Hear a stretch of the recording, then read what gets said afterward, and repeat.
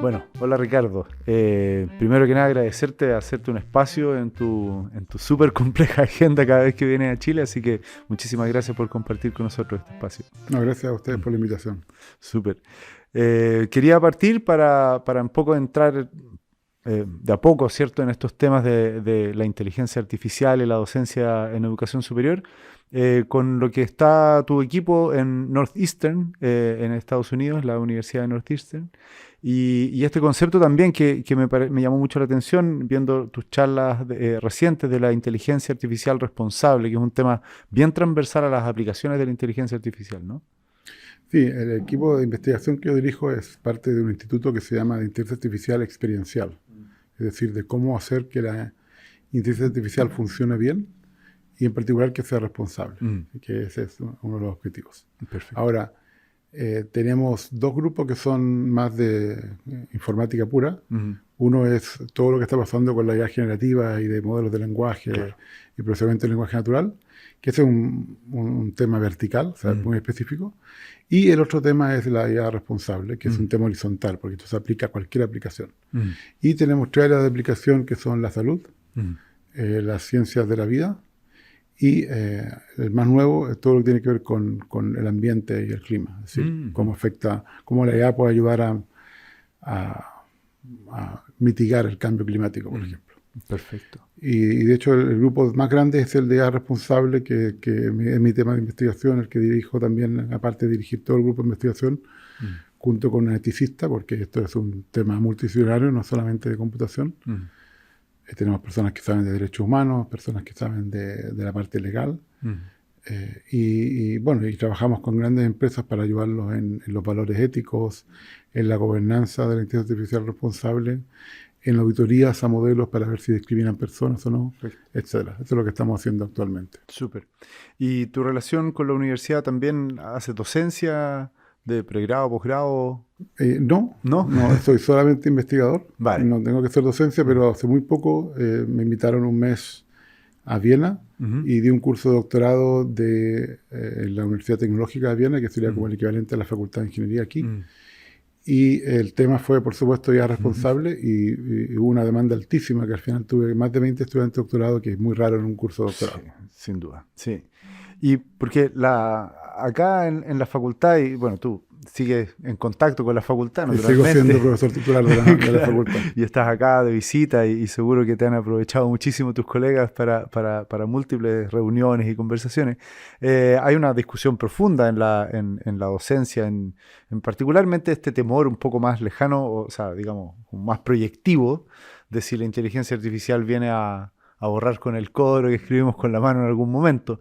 Y también se cruzan con temas de integridad académica, etcétera. ¿Qué has visto tú allá en la universidad con colegas que, por supuesto, que seguro que dictan docencia y estos temas seguro que se han tocado allá, de cómo se está enfocando la inserción en la docencia allá donde hay centros completos del tema? Sí, de hecho, este fue un tema que ya se discutió a comienzos de año en la universidad ya. Mm, Es decir, que de hecho hubo algunas charlas que dio el director del instituto a todos los otros colegas, que son cientos de personas.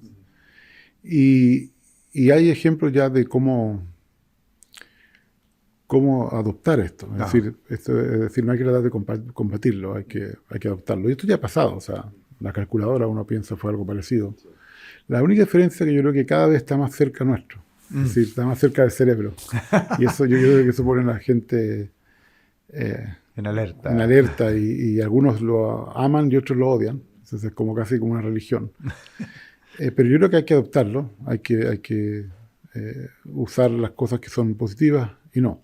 Ahora, algo interesante es que el presidente de la universidad, y esto mucho antes que yo para empezar a trabajar en Northeastern, que se llama Joseph Aoun, Ujú, que es una persona de las ciencias sociales, ujú, escribió en el año 2017 un libro que se llama, en castellano sería la traducción A prueba de robots, ujú.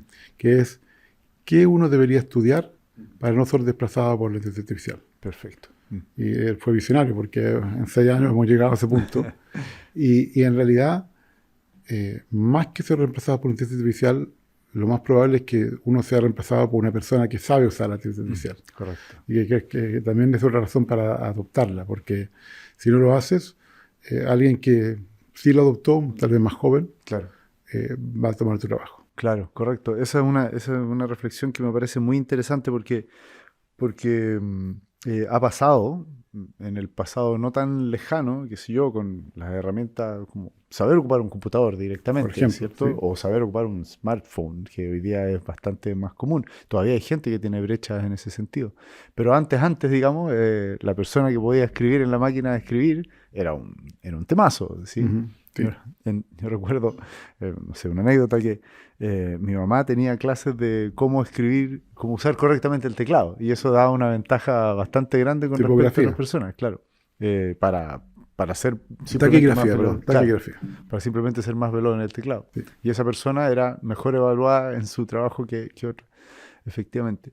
Y acá, por ejemplo, hemos estado en una discusión que venimos más lento porque por supuesto que esto se ha ido desarrollando más fuertemente en Estados Unidos particularmente y así va penetrando en el mundo en distintos lugares, de la discusión de esta diferencia, que en la educación superior también estas nuevas herramientas tecnológicas podrían entrar a la parte, digamos, como más institucional, por decirlo así, a los procesos, a la toma de ramos, a responderle a un estudiante, qué sé yo, dudas con respecto a, qué sé yo, a estos procesos que van en torno al aprendizaje de un estudiante que a veces son muy pesados y que durante los últimos años se han ido alivianando con distintas plataformas. Hablaba con un profe acá que cuando el catálogo de cursos era una cosa que se compraba y uno hojeaba y así era la manera de tomar ramos. Después uno escribía un papel, lo ponía en un sobre, qué sé yo. Hoy día nuestros estudiantes que ahora están en la toma de ramos pueden estar, no sé, en cualquier lugar, todavía de vacaciones, y quizás qué lugar de Chile o fuera, y con el teléfono tomar sus ramos. ¿Hay algo de ese estilo en instituciones de educación superior que has visto? Yo creo que en gran parte eso ya es cierto, pero que no es inteligencia artificial, porque no siempre hay que usar la inteligencia artificial. Correcto. Pero, por ejemplo, de hace mucho tiempo la escuela usa algoritmos de optimización para, por ejemplo, decidir los horarios Correcto. y otras cosas. Así que eso ya está ocurriendo. Yo creo que lo que pasa ahora es que con estos nuevos sistemas de IA generativa, las interfaces van a cambiar. Es decir, antes había que rellenar un formulario y especificar muy bien lo que uno quería, cuántos créditos, etcétera. Ahora capaz que uno puede hacer más bien hablarle al sistema, decirle, Claro. mira, yo quiero tomar 4 materias de tal carrera y aquí están las que yo ya hice, tú lo sabes, ¿qué me recomiendas tú? Y se hace una predicción de qué es lo que es más conveniente y de cuál podría ser el horario, etcétera. Claro. Yo creo que eso va a pasar, es decir, que vamos a cambiar ya sea a chatear con todos los sistemas o incluso por voz, poder comunicarnos y lograr objetivos con estos sistemas. Pero yo creo que la parte interna no va a ser muy distinta porque esos problemas no necesitan inteligencia artificial. No todo necesita inteligencia artificial. Comprendo, sí. Pero sí, por ejemplo, poder conversar con una fuera persona, etcétera. Pero ahí hay que tener mucha transparencia, es decir, que la persona tiene que saber que no está hablando con una persona, porque hoy en día pasa mucho que no se dice y las personas creen que están hablando con otra persona al otro lado, pero no existe. Y hasta que se dan cuenta, ya hasta incluso se molestan. ¿Por qué no me dijo que este era un chat que tenía limitaciones, etcétera?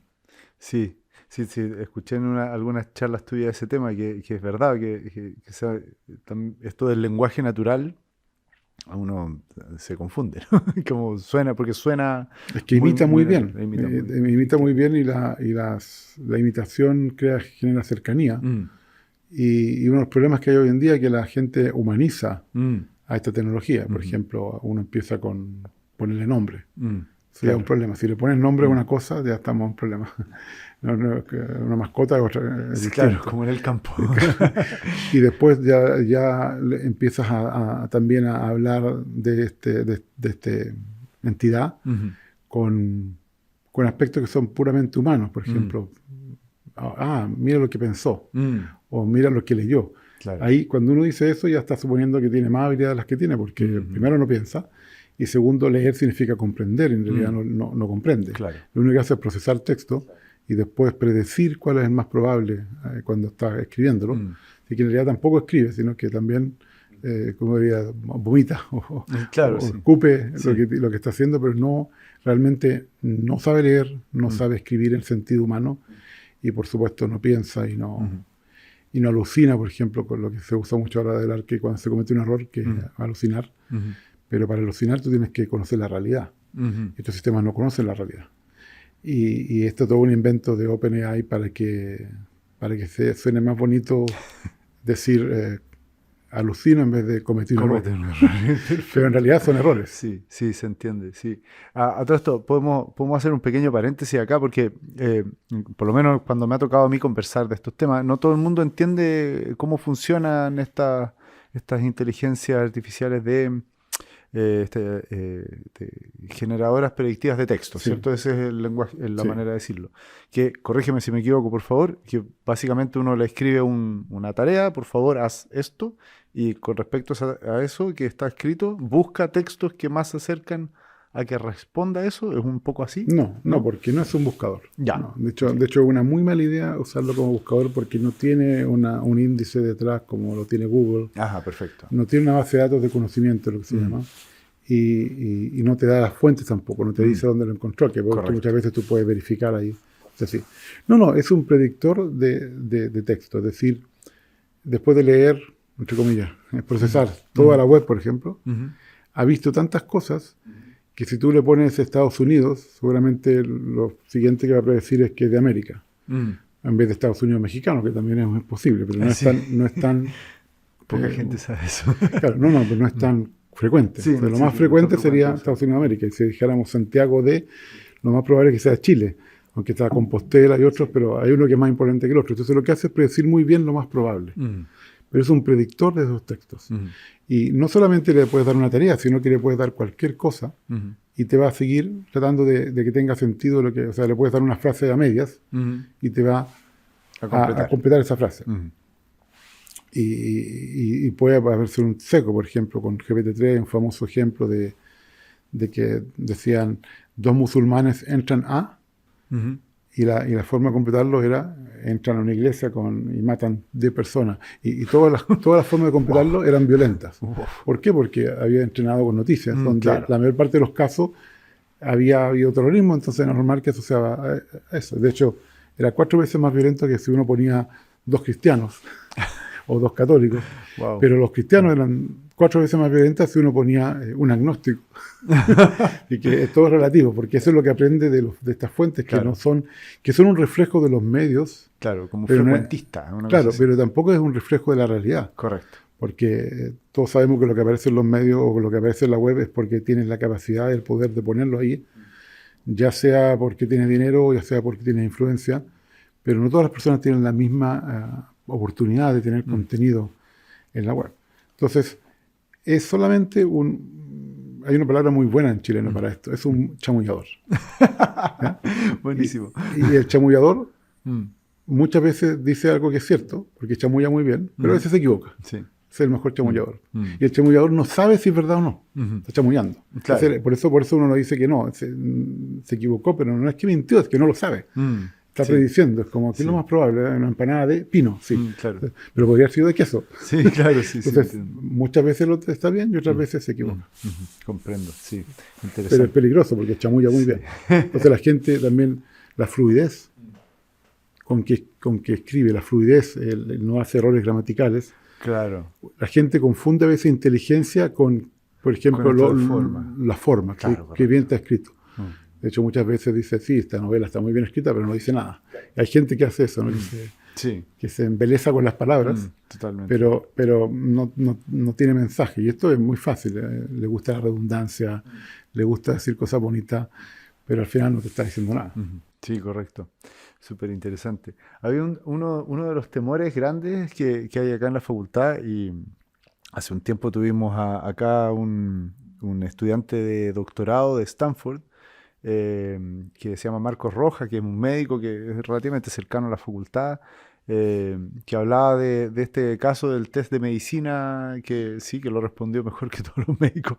Y eso generó, hay un cierto revuelo en la facultad con ese tipo, con ese tipo de historias de si de si nosotros formamos de una cierta manera y ponemos un test de salida, qué sé yo, y ese test de salida hay un chamullador, ¿no? que lo responde mejor, entonces es que cuál es nuestro rol y qué sé yo, y se empiezan a derrumbar varias cosas que estaban un poco enquilosadas en nuestras creencias.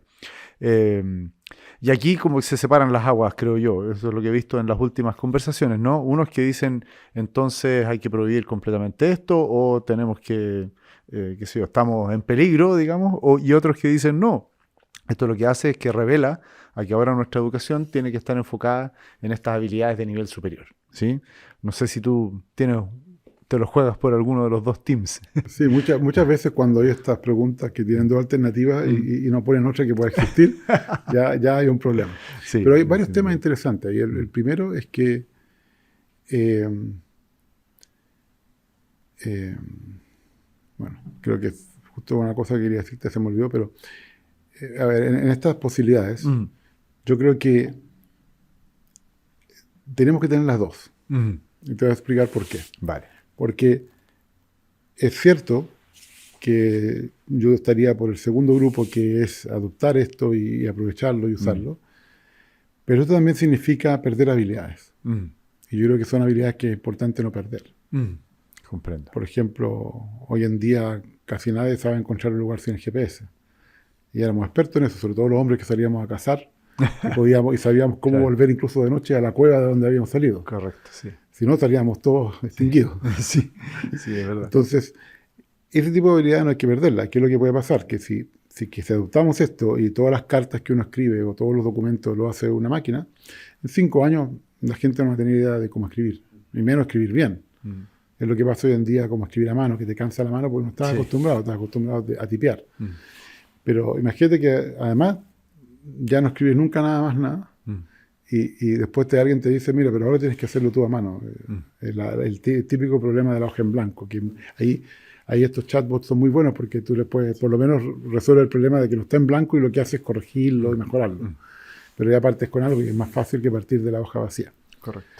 Entonces ese es un tema que yo creo que hay que mantener esas habilidades que ya tenemos, pero también hay que adoptar las nuevas. Entonces, es decir, hay que más que hacer como algo híbrido, así que no me pongo en ninguno de los dos lados, hay que hacer las dos cosas por estas dos razones distintas. Ahora, lo divertido es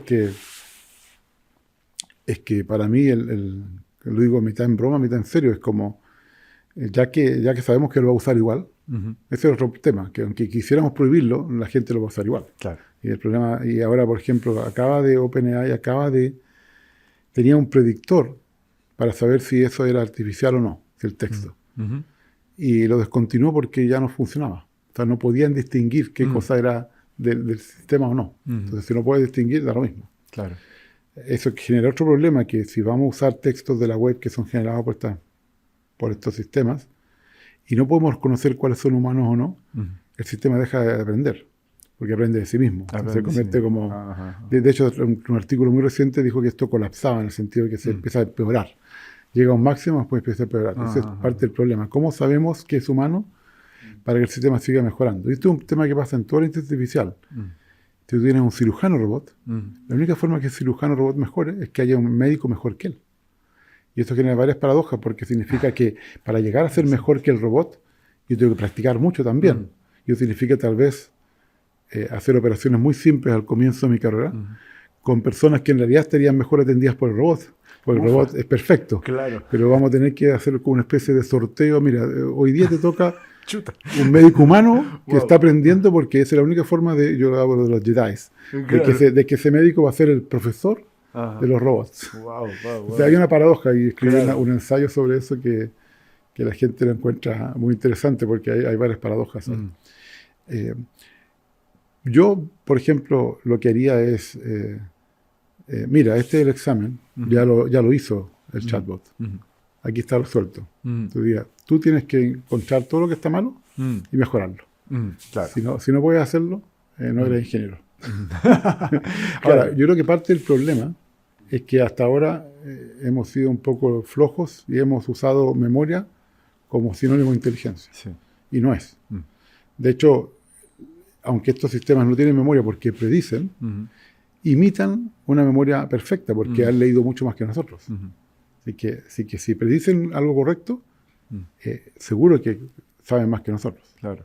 Pero memoria no es inteligencia. Entonces, yo ahí en ese sentido quiero que la educación cambie para que estas dos alternativas que hay, no sigamos con la alternativa de memoria, sino que sigamos con la alternativa de, mira, habilidades cognitivas, análisis crítico, pero usando, sin usar, por ejemplo, inteligencia artificial. O usándolo como una herramienta de apoyo. Mira, esto es lo que dice el chatbot. ¿Qué te parece? Analízalo. Critícalo. Claro. Muéstrame que sabes más. O por lo menos desde el punto de vista lógico. Sí, es un punto, porque me hace pensar en el ejemplo de los GPS y qué sé yo. O sea, en el fondo es que usa el GPS para, no sé, poder conversar con la persona que tiene al lado en el auto y qué sé yo, y no estar preocupado cuándo uno tiene que doblar y qué sé yo. Pero en el momento que se apague eso, que tú puedas llegar al lugar de destino. Pero ¿sí? yo creo que antes uno hacía eso. Cuando necesitaba el GPS, se sabía el camino. Claro, pero era más difícil conversar con el de al No, lado. yo creo que no. Yo creo que lo hacía automático. Puede ser, muchas veces manejé automáticamente de un lugar a otro que sabía llegar. Ahora, si el lugar es nuevo, claro que no. Pero si conoces un poco la ciudad, yo lo que hago es que miro el mapa, digo, ya, voy a tratar de hacerlo sin verlo de nuevo. O sea, lo miro una sola vez, ya. Y bueno, ya a veces uno se equivoca, pero no pasa nada. Uno puede hacerlo de nuevo. Veamos de nuevo, ¿dónde estoy? Pero el problema es no hacerlo nunca. Claro, no practicarlo. Tenemos que practicar esas habilidades para no perderlas, porque estamos perdiendo muchas otras habilidades. Por ejemplo, una que me preocupa mucho que tiene que ver con los celulares inteligentes, que no son inteligentes, pero se dicen así, o con las redes sociales, es la capacidad de estar concentrado mucho tiempo. O sea, la capacidad de no aceptar interrupciones y de estar trabajando en lo mismo. Por ejemplo, yo debo escribir estas 10 páginas. Es muy difícil que una persona más joven te escriba las 10 páginas de golpe. Sí. Va a tener interrupciones, va a hacer altos porque no puede. Hasta yo creo que se cansa. Esa es otra habilidad que hemos perdido mucho. Yo creo que para muchos trabajos es una habilidad vital estar concentrado un buen tiempo. Sí, es interesante porque básicamente de lo que te escucho un poco tenemos que ocupar la tecnología en general, ¿cierto? Pero no hacernos dependientes de ella. Ese es el peligro. Y no solamente eso, yo creo que tenemos que evitar que la tecnología tome las decisiones en vez de nosotros. Por ejemplo, yo hace mucho tiempo ya, desde que había BlackBerry, que ahí fue como era adicto. Cada vez que me llegaba un mail la sacaba y miraba, que, qué bien. Es, ¿quién decide cuándo ves el celular? ¿El celular o tú? Y yo decidí hace mucho tiempo que iba a ser yo. Entonces, por ejemplo, no hay ninguna notificación. Nada. Perfecto.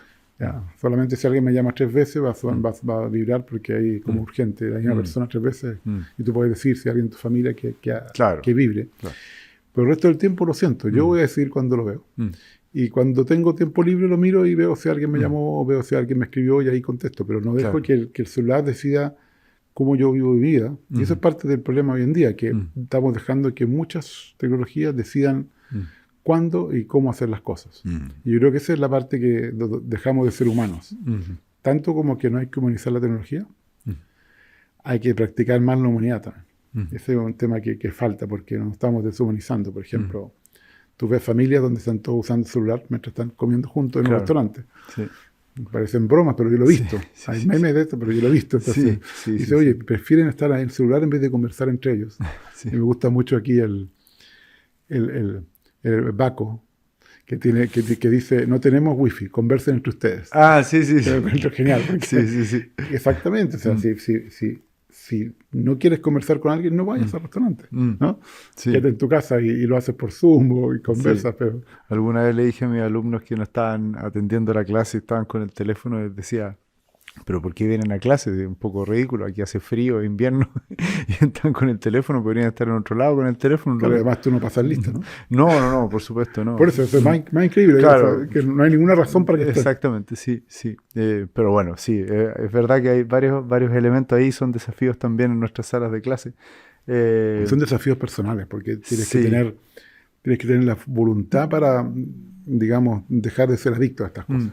Claro, pero también es un punto de cuando uno hace ver el tema, o sea, por ejemplo, escucharte a ti decir esto, sabiendo que tú eres una persona que trabaja en estos temas profundamente, es algo que podría a otra persona inspirarlo a decir, nunca lo había pensado. Y ese es un ejercicio interesante también en nuestro espacio cuando estamos en el rol de profesores. ¿Sí? Sí, todas las cosas son obvias después que las sabes. Correcto, así es. Bueno, Ricardo, para ir redondeando esta conversación, que ha sido muy interesante y se me ha pasado muy rápido todo el tiempo, quisiera aproximarme al cierre con consejos concretos para nuestros profesores, profesoras de los cursos que nuestro semestre parte prontamente. No sé si vamos a lanzar este capítulo antes de que aparezca el semestre, pero son cosas que van a quedar en el tiempo, de cómo ir tomando estas tecnologías. Hoy día es la inteligencia artificial, ayer fueron, qué sé yo, Word o qué sé yo, Internet, el teléfono en la sala de clase. Un poco que ya lo hemos hablado, pero quizás se pueda dar una cosa un poquito más conducida a profesores, profesoras de educación superior. Sí, yo creo que hay que aprovecharlo para las cosas que hacen muy bien Ujú. y que tampoco generan ningún tipo de conflicto ético o personal con el uso. Por ejemplo, si tienes que escribir una carta que esas cartas aburridas que hay que hacer, sí, usa esta tecnología. Si tienes que resumir algo, saben resumir muy bien. Si tienes que extraer información, por ejemplo, dime todas las personas que aparecen en este texto, Claro. porque quiero hacer otra cosa con esos nombres. Correcto. Todo lo que es extraer, resumir, la forma Claro. de cómo lo haces, eso es perfectamente válido y lo que hace es aumentar la productividad Correcto. muchísimo, en donde está reemplazando, te está ayudando. De hecho, eso es parte de los incentivos que todavía hay que poner más en la inteligencia artificial, de que tenemos que diseñar las cosas pensando en cómo apoyar a los seres humanos y no cómo reemplazarlos. Correcto. Pero por otro lado, hay otros usos que son más complicados. Por ejemplo, no hay que usarlo como buscador, porque te va a inventar cosas, te va a chamullar cosas que no son ciertas. No hay que usarlo para cosas donde básicamente está involucrada tu creatividad, tu propiedad intelectual. Es decir, si alguien te dice, mira, escríbeme una columna para este periódico, no vas a usar ChatGPT porque sí, aunque va a ser mejor escrito, se supone que eso es tuyo porque te lo pidieron a ti, no a la máquina. Claro. O sea, hay temas de ética y mira, no, esto me va a costar más, pues tengo que hacerlo yo, pero ahí no se puede permitir uno aumentar la productividad porque hay un tema de propiedad intelectual y de ética involucrado. Entonces, yo creo que ahí hay que poner el límite. Aquí esto sí corresponde, no afecta a nadie. Esto no, porque ahí estoy engañando personas, estoy siendo poco transparente, me estoy engañando a mí mismo al final. ¿no? Entonces no tengo que engañarme a mí mismo. Entonces yo creo que ahí donde cada uno tiene que poner un límite y eso permite lo que dije antes de practicar la parte humana también. Claro. Porque si dejamos de practicarla vamos a perder habilidades. Y bueno, y con la evaluación, yo ya te dije, ¿no? que lo hagan los chatbots y que las personas las mejoren. Y si nos podemos alejar de la memoria, yo creo que es muy bueno. Yo, por ejemplo, en toda la época que estuve aquí en Chile y hacía exámenes, siempre mis exámenes fueron con apuntes. Nunca pedí a nadie memorizar nada, porque yo creo que, y sobre todo en ingeniería, memorizar no sirve nada. Si no entiendes los conceptos que estás usando, la memoria no te va a ayudar. Claro. Ahora, eso no es cierto en temas de medicina, derecho, pero igual yo creo que se ha abusado de eso, y por eso el ejemplo de que Del test. del test. Lo que es justo ahí me acordé lo que quería decirte, que parte del problema de eso, que parece tan impresionante, es que no tenemos información exacta de qué se usó para entrenar, y puede ser que gran parte del test haya estado en los datos de entrenamiento. Entonces no es sorprendente para Comprendo. mí que lo pase. Claro. Porque es como decirle, mira, esta persona ya leyó 1000 libros de medicina. Por supuesto que sabe más que cualquier persona, entre comillas, porque Claro. predice. Claro. Pero si tú no me demuestras que, por ejemplo, si tú no me dices, sí, procesó 100 libros de medicina, bueno, por supuesto, si yo procesé 100 libros de medicina, todas las cosas que tengan que ver con memoria o que se puedan inferir fácilmente, las vas a ver. Porque va a predecir el mismo texto, ni siquiera está pensando, sino Claro. que va a predecir justamente lo que decía el texto que tenía que ver con la pregunta, que es lo más parecido a la pregunta que está haciendo. Correcto. Entonces, para mí no es sorprendente. Yo creo que ahí es donde tenemos que mantener la lucidez de que Sí. no es que piensen, sino que imitan muy bien. Correcto. No es que tengan intenciones, sino que reflejan intenciones, etcétera. Es decir, hay que ser muy lúcido. Mira, no es una persona, y aunque parezca impresionante, es como un loro muy sofisticado, que a veces no sabe que cuando tiene que decir buenos días, tiene que ser de mañana. Claro. Pero igual te lo dice porque lo aprendió. Eso es un poco lo que pasa. Y yo creo que los loros son mejores porque aprenden a saber que buenos días cuando está saliendo el sol. Yo creo que, porque los loros son animales como nosotros. Claro. Como nosotros y perciben el mundo. Porque además, lo que están aprendiendo estos sistemas es como si yo te encerrara a ti en una habitación y dijera, mira, lee la web. Una habitación oscura. Claro. Imagínate el mundo después de haber leído todo eso. Es como si yo me imaginara el mundo basado en 100 novelas. Claro. Me voy a imaginar un mundo bien raro porque tiene 3 dimensiones, pero no las conozco de verdad. Tiene tiempo, pero no lo conozco de verdad, ¿no? Entonces, es un mundo raro, es como un mundo paralelo, donde muchas veces te vas a equivocar cuando nunca una parte del mundo haya sido descrita. Si en ninguna parte te describen, por ejemplo, no sé, la unión entre esta mesa y el micrófono, no me lo puedo imaginar. Claro. Entonces, eso es lo que pasa, es un mundo virtual que solamente viene el texto. Y si es ficción, puede ser un mundo maravilloso. No sé, el Señor de los Anillos. Imagínate la mezcla de cosas que tiene, porque ha leído todo eso. Sí, es verdad. Entonces, tiene una realidad muy rara, porque hay una parte que es ficción y otra parte que es realidad, y uno puede distinguirla. Claro, está todo en una juguera. Exacto, es una juguera gigante. Notable. Bueno, Ricardo, siempre cerramos el podcast con una pregunta, que es la pregunta que le da el nombre a nuestro podcast, que es en tus palabras y lo primero que venga a tu cabeza. ¿Cuál tú creerías o crees tú que es la función docente? La función docente, qué difícil. Yo creo que la función docente es ser el mediador entre un estudiante y el conocimiento que debería aprender. Súper. Muchas gracias, Ricardo, por esta conversación. Gracias a ti. Escuchaste Función Docente, podcast del Área para el Aprendizaje de Ingeniería y Ciencias, A2IC, y la Escuela de Ingeniería y Ciencias de la Facultad de Ciencias Físicas y Matemáticas de la Universidad de Chile. Escúchanos en Spotify y YouTube. Encuéntranos como Función Docente. Recuerda seguirnos en nuestras redes sociales, Instagram, Facebook y Twitter. Encuéntranos como @escuela de pregrado_FCFM.